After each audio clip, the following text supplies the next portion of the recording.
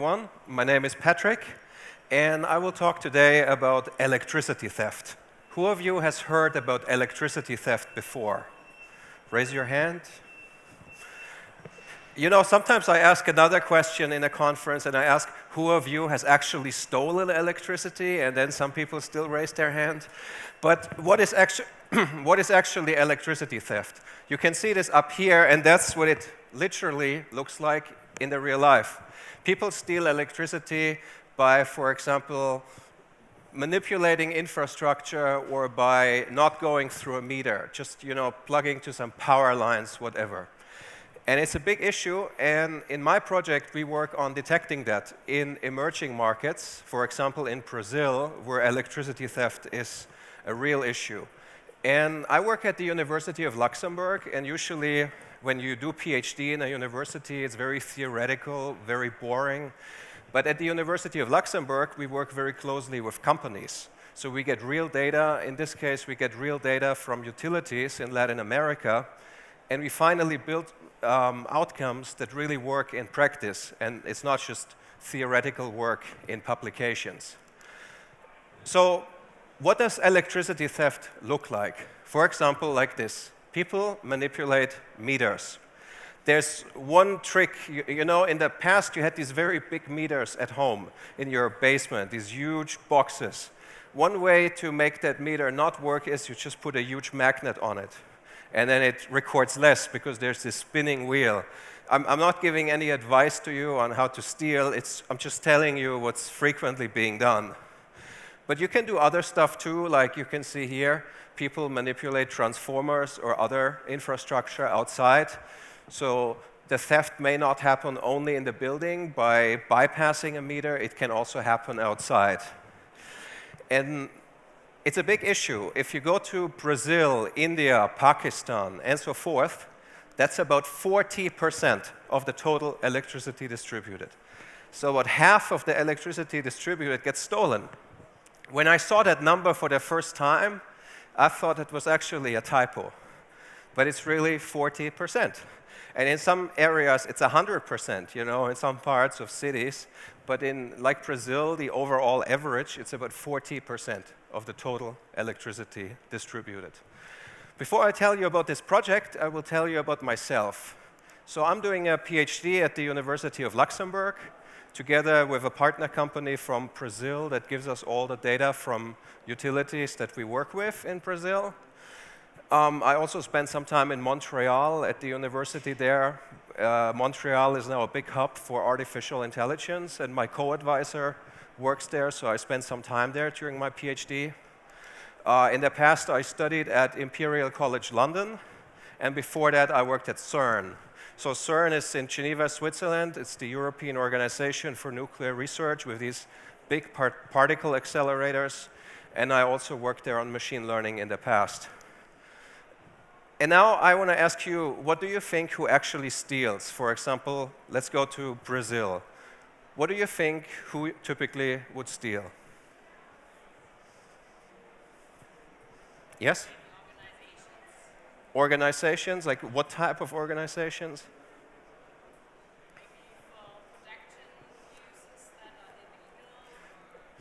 Yeah, Bitcoin miners or, truck farms, whatever. They actually do. That's true. But first of all, we may think it's poor people who steal, who just cannot afford to pay for electricity. And yes, they do steal, but if you have a few poor families, they steal. Overall, it doesn't hurt too much because they don't consume much. It gets worse if big factories steal, and yes, they do. If you go to Brazil, the industry is a big thief, and this hurts much more if you have a big factory that steals than if you have just a few poor people that steal. But there's another thing. The government steals too, because these utilities are private. So the public hand steals too.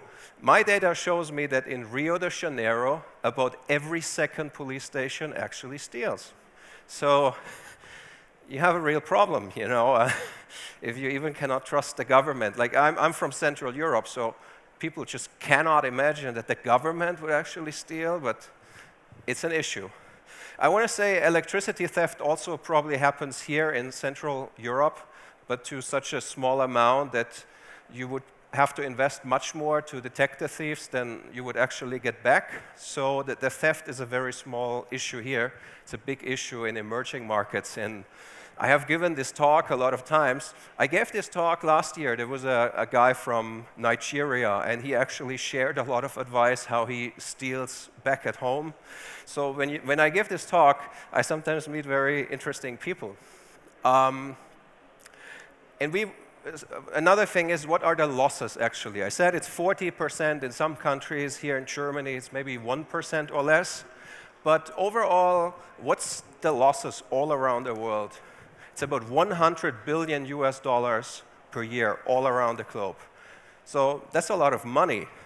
We don't know what 100 billion is. If you try to quantify it, you could buy 20 aircraft carriers with that amount of money.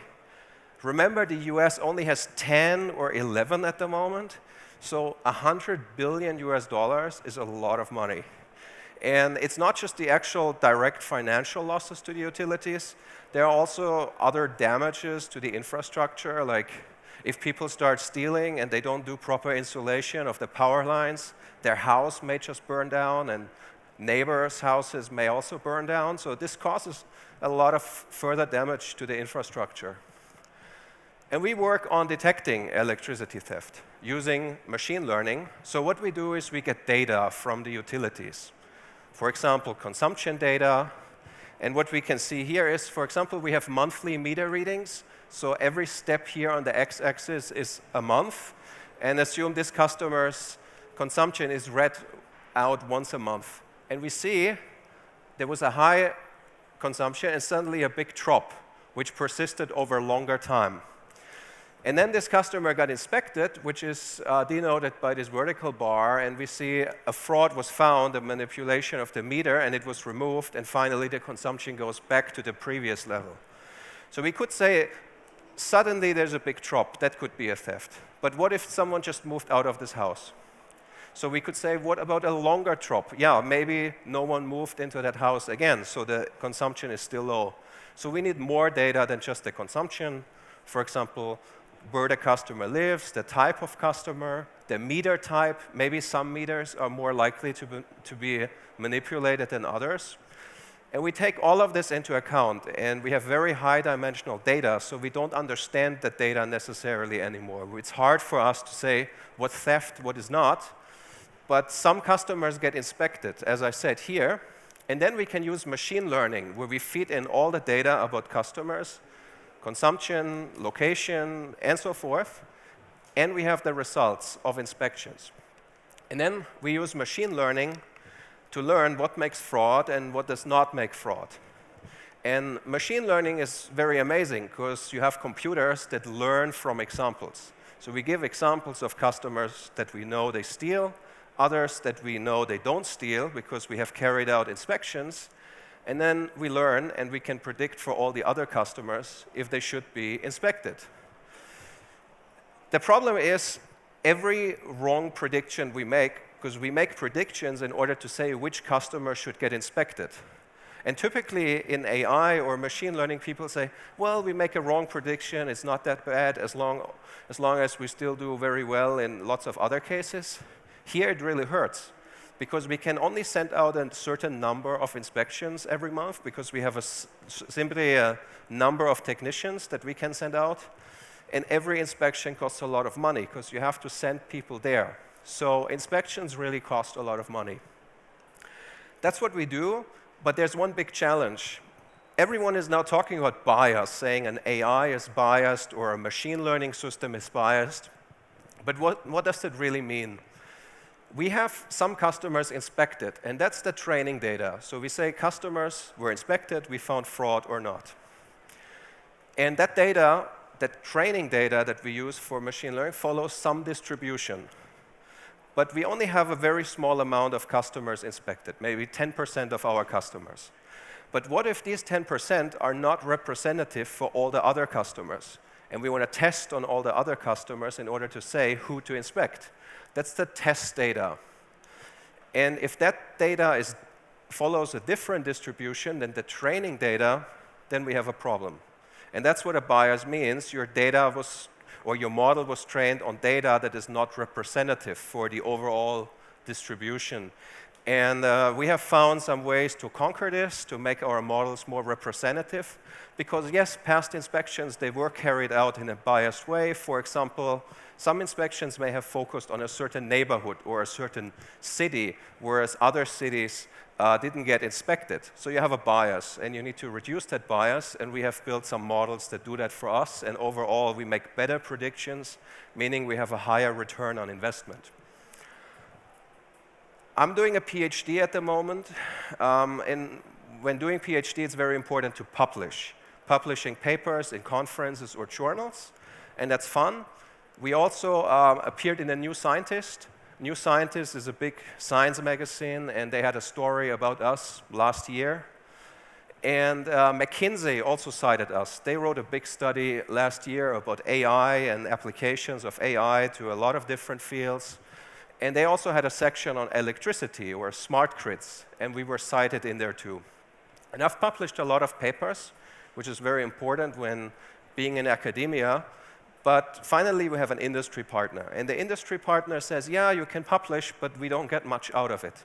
When you work with an industry partner in academia, or when you're in academia and you work with an industry partner, you also have to deliver. You have to deliver real results. And our industry partner is happy, and they are using that stuff in production that we derive new models. They use them in production. And finally, my models generate more money, more revenue, more profit, and the utilities have a higher return on investment when carrying out inspections, reducing, therefore, the overall losses. So that's what I'm working on.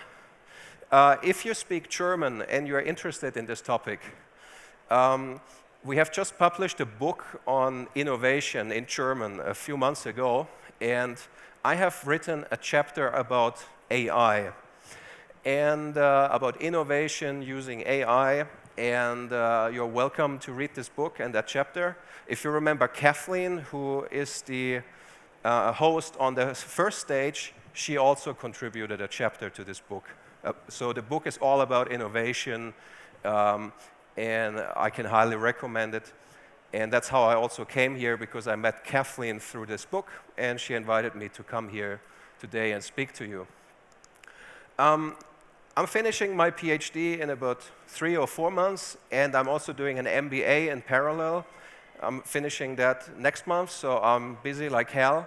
But I want to combine basically business with research, and I'm very interested in keeping in touch with you on LinkedIn or whatever. So feel free to send me a LinkedIn request if you have questions on AI or smart grids or electricity theft and so forth. Thank you very much.